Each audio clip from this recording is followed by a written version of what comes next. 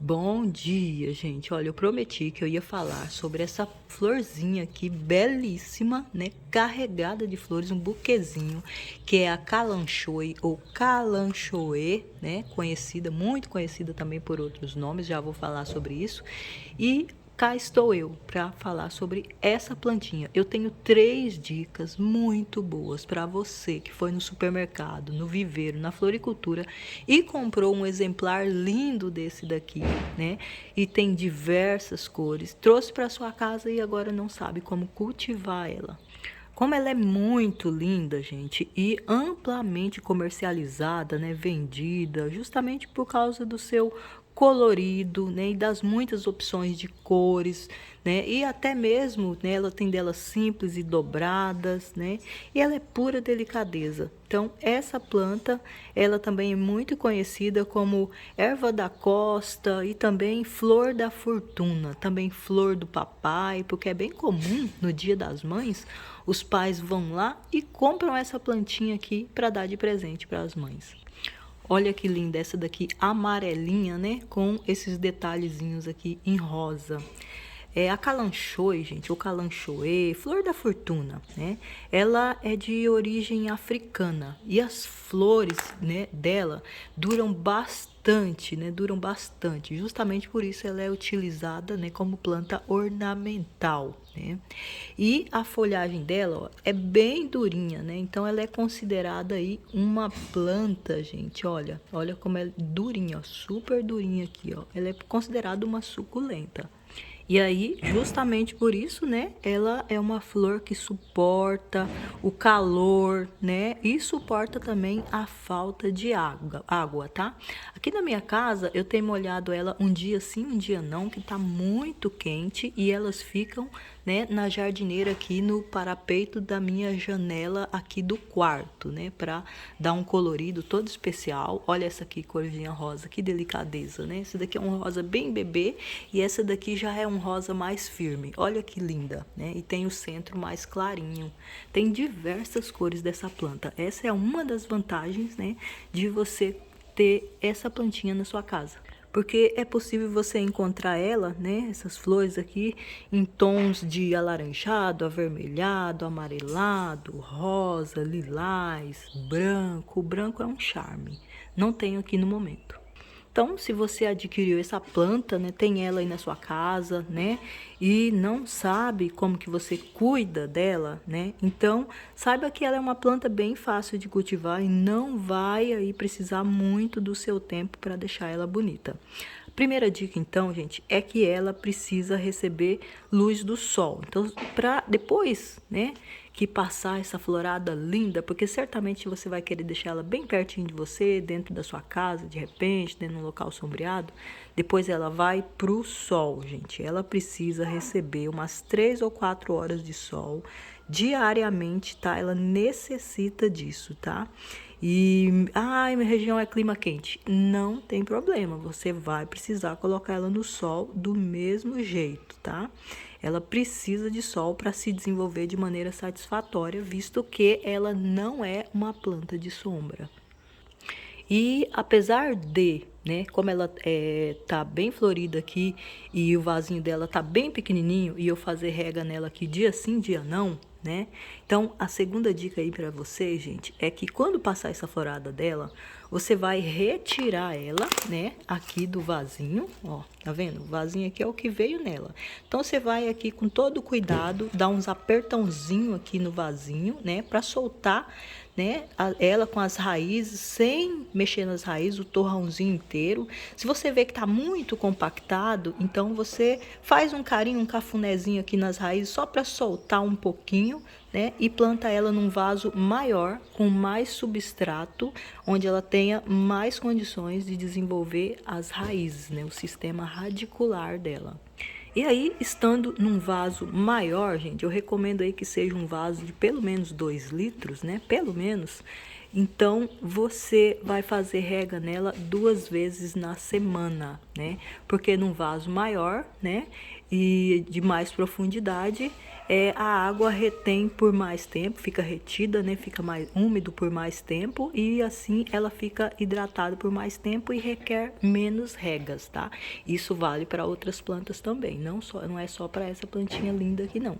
É justamente por isso, né, que em suculentas, por exemplo, a gente costuma cultivar ela, às vezes numa bacia, por exemplo, rosa do deserto, né, numa bacia mais baixinha, né, justamente porque numa bacia é um lugar, é um vaso menos profundo e justamente por isso ela seca mais rápido, né, e a rosa do deserto não gosta de ficar em local úmido por muito tempo, nem encharcado, porque senão ela acaba apodrecendo o caule. E já outras plantinhas que gostam um pouquinho mais de rega, pode manter um pouquinho mais, tá? Essa daqui não é, né, tão melindrosa, né, em água quanto a rosa do deserto, então você pode cultivar ela num vaso mais profundo sem problema, tá? Só tem que moderar a rega, né? 2 vezes na semana é suficiente. É um pouco até complicado falar de rega, né? Porque a rega vai depender de qual é o material do vaso, vai depender do tamanho, da profundidade do vaso, até mesmo da qualidade do substrato, né? Além, claro, da espécie que você vai cultivar. Mas, de maneira geral, eu recomendo isso para vocês. E é importante lembrar, gente, que o vaso precisa ter furinhos no fundo também, tá? Porque como uma planta suculenta que ela não suporta encharcamento. Ó, esse daqui, por exemplo, tem vários furinhos, tá? A água, quando eu faço a rega aqui, escorre na hora, tá? E como é uma planta suculenta também, na hora de fazer o preparo do substrato aí na sua casa para adicionar no vaso maior, coloca um pouquinho de areia, tá? Areia de construção mesmo, para ficar um substrato mais aerado e não reter tanta umidade. Geralmente a florada dela, gente, começa aí no final do inverno, né? E termina aí com o fim da primavera, tá?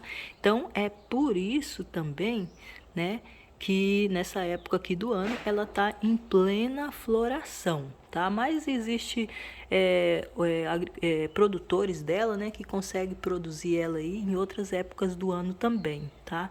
Mas na casa da gente a gente não tem, né, todas as ferramentas que eles têm para medir a quantidade exata de água, de luz, né, de adubação, e por isso a gente lida com os fatos da natureza.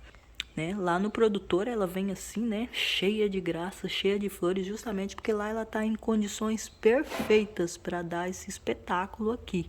Lá é como se fosse um hotel 5 estrelas para elas.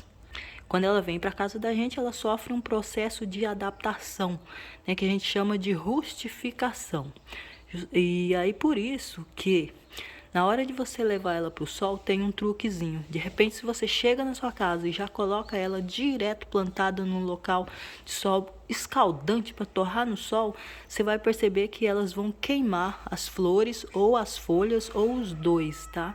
Justamente porque ela precisa passar por um processo de rustificação. Você vai chegando ela ao sol aos poucos. Você deixa ela na sua casa, depois você deixa ela tomar 1 horinha de sol num local que toma 1 horinha de sol. Depois um pouquinho mais na próxima semana, tá? Até depois ela se adaptar ao ambiente de sol aí da sua casa. Precisa passar por esse processo de rustificação para não acontecer dela queimar as folhas. Isso acontece mesmo no caso dessa planta aqui, né, que é uma planta de sol. Isso acontece até mesmo com a rosa do deserto, que é acostumada a viver no deserto, tá? Se ela tiver muito tempo no ambiente sombreado, muitas vezes essas aqui ficam, né, lá no viveiro ou no supermercado. E aí, quando você coloca ela direto no sol, ela se assusta e queima. E a minha terceira dica para finalizar esse vídeo, né, com chave de ouro, é que você, né, precisa fazer adubação nessa plantinha, tá? Um NPK 414-8 com adição de micronutrientes para ficar bem completo, né? Você encontra facilmente no supermercado, viveiro, floricultura, agropecuária, né? E tem ele de forma líquida, tem também, né, de forma granulada ou até mesmo farinha. De forma líquida eu gosto bastante porque a diluição produção é mais rápida, né? E aí a absorção pela planta também.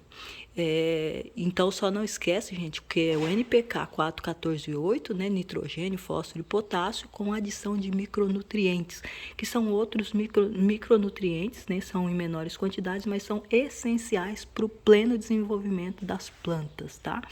E como é o caso dessas aqui, que são acostumadas com uma adubação, né, perfeita lá no produtor, então você traz ela para sua casa e imita o melhor ao máximo, né, o máximo possível do que ela já recebia lá e que já dava certo, né? Olha aqui que lindeza, não tem como dizer que isso daqui não deu certo, né? Que maravilhosa essa daqui. Então, sol, tá? Sol. Transplantar ela para um vasinho um pouco maior, né, com a adição de mais substrato e também adubação. Gente, são 3 dicas essenciais para deixar essa planta aqui, né, florida por mais tempo na sua casa, tá? Muita gente já cultiva ela há anos, porque ela já passou pelo processo de rustificação.